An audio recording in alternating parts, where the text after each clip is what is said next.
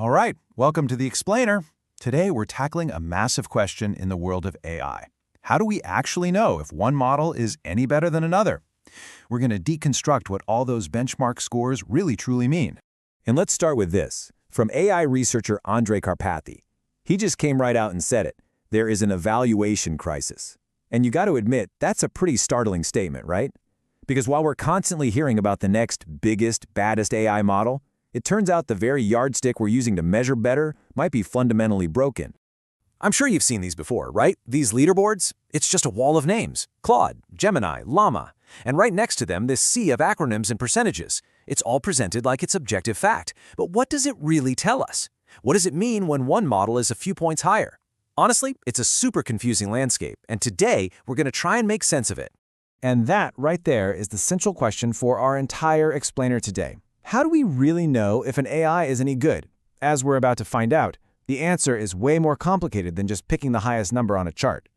Okay, so before we dive into how all these models are measured, let's just take a step back and ask why. Why should we even care about these benchmarks in the first place? Well, as it turns out, getting this right is unbelievably important. Yeah, this is not just some nerdy academic debate. Think about it. These scores drive billion-dollar decisions for companies choosing what AI to use. They tell researchers where to focus their energy next. They're what policymakers look at when they're trying to figure out how to regulate this stuff. And for the developers actually building these things, it's their report card. So in a very real way, what we decide to measure is what shapes the AI of the future. So to really get a grip on this current crisis, we actually have to go back in time a bit. Let's dust off the original AI scorecard. For the longest time, the #1 metric was this thing called perplexity. Now, it sounds super technical, but the idea is actually pretty simple. It basically asks, how surprised is a model by a sentence? If it can predict the next word really well, it's not very surprised, and it gets a low score. It was all about how well it could model the patterns of human language. And this, right here, this is a huge, huge shift in thinking.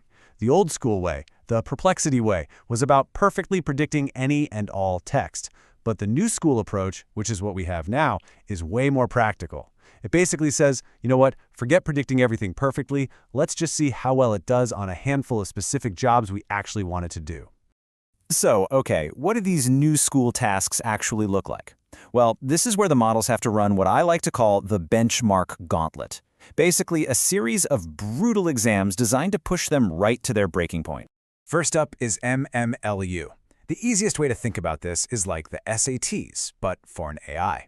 It covers 57 different subjects, everything from history to computer science, and it's all multiple choice. And when this test first came out in 2020, it was a killer. The super powerful GPT-3 could only muster a 43%, a failing grade, basically. But here's the crazy part. Fast forward to today, and the top models, they're smashing it, hitting 90% or even higher. They've basically aced the test. And you know, when everyone's getting an A+, you gotta make the test harder. Which is why researchers came up with GPQA. This is a straight-up PhD-level exam. The questions are so hard that a normal person, even if you gave them 30 minutes and full access to Google, still couldn't find the right answer. They literally call it Google-proof, and they mean it. And the progress here is just mind-boggling. When GPQA first came out, GPT-4 squeaked by with a 39%. Just over a year later, the new models are blowing past 75%. That learning curve is practically a vertical line. It's just incredible. And that brings us right to the cutting edge, to a benchmark with the super dramatic name Humanity's Last Exam. Seriously, they even put up a prize pool to get experts to cook up the hardest questions imaginable, trying to find the absolute limits of what AI can do. And right here, we hit a wall, a hard wall.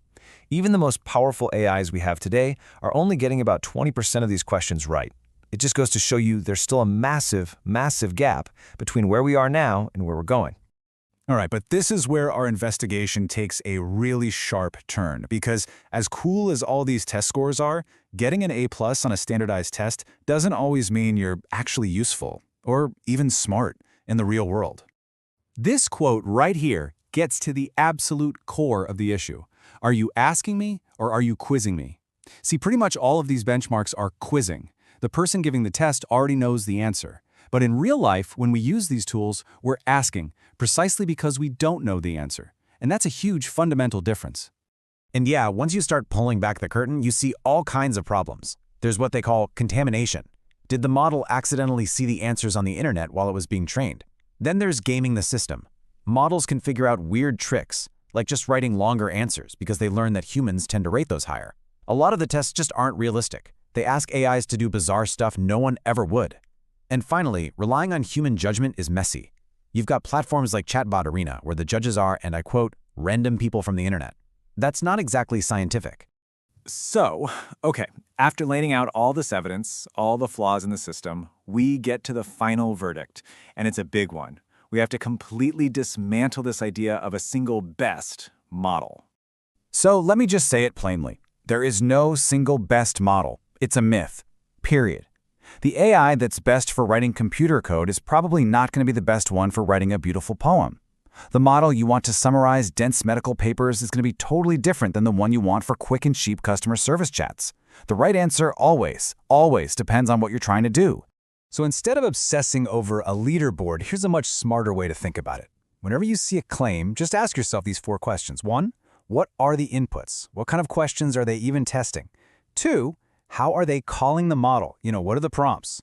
3, how are they judging the answers? And most importantly, 4, what does any of this actually mean for what I need to do?